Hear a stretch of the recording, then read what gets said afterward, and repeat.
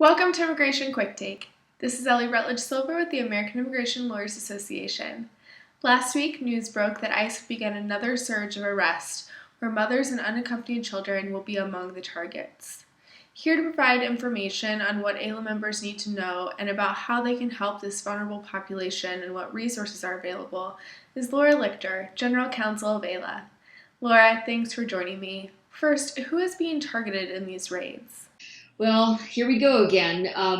As we know, the government is targeting specifically people that they consider to be enforcement priorities. And these are going to be, as outlined in their statements, individuals who entered after January 1st of 2014, who have a final order of removal, and then here, this is what's really important, have no pending claim to asylum or humanitarian relief.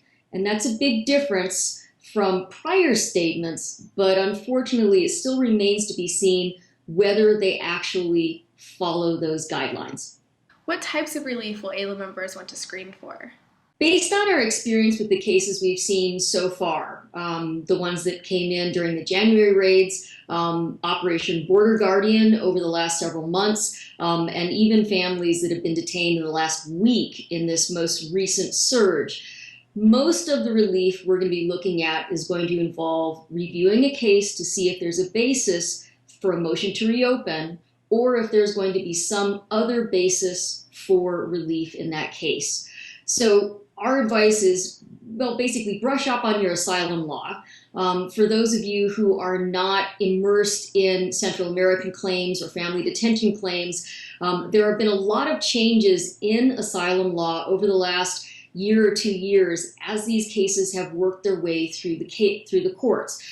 Many of the cases we see present issues relating to severe domestic violence, sexual and family violence. They might be something where a family as a social group claim would be appropriate, gang-related threats of extortion, sexual orientation or imputed sexual orientation, even political aspects to resisting gang extortion claims. Again, there's been a lot of changes, and if these are the types of things that to you sound like, I think one of our members said, loser claims, they're not anymore. So think about how to present those. Also, you might want to consider underlying due process violations in terms of how these families or young people were brought into the immigration enforcement system. Violations of the border by CBP, inappropriate use of expedited removals, misadvice as to eligibility for claims. That's not an asylum claim, we don't care.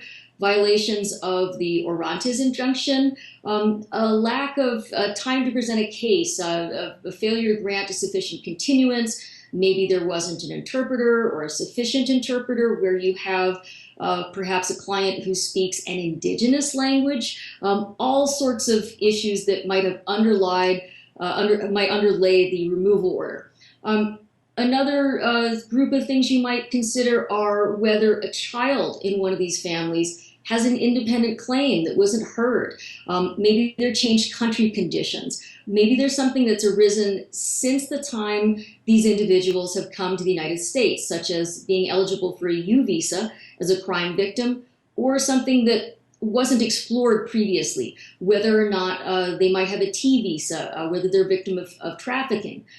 Finally, be aware that many of the people that will be coming in on these types of cases are folks who have suffered very serious harm abroad. They may be suffering from PTSD. It may be so severe in some cases that you can actually assert matter of MAM, special protections for individuals who are going through asylum or removal claims who need maybe a little more guidance, a little more help. So those are all types of ways that you might get a case re-examined and brought back in front of an immigration judge. What AILA resources are available? AILA wants to make sure that its members have all of the resources they need to deal with this incredible humanitarian crisis. We have a new practice resources page. It outlines dozens of free legal resources specifically on asylum. We have highlights of practice advisories based on motions to reopen, different ways to present children's asylum claims.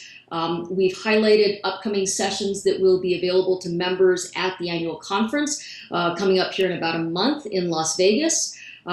We've also added talking points for those of you who like to do media work or advocacy on this issue. Finally, two other things I'd like to make sure members are aware of.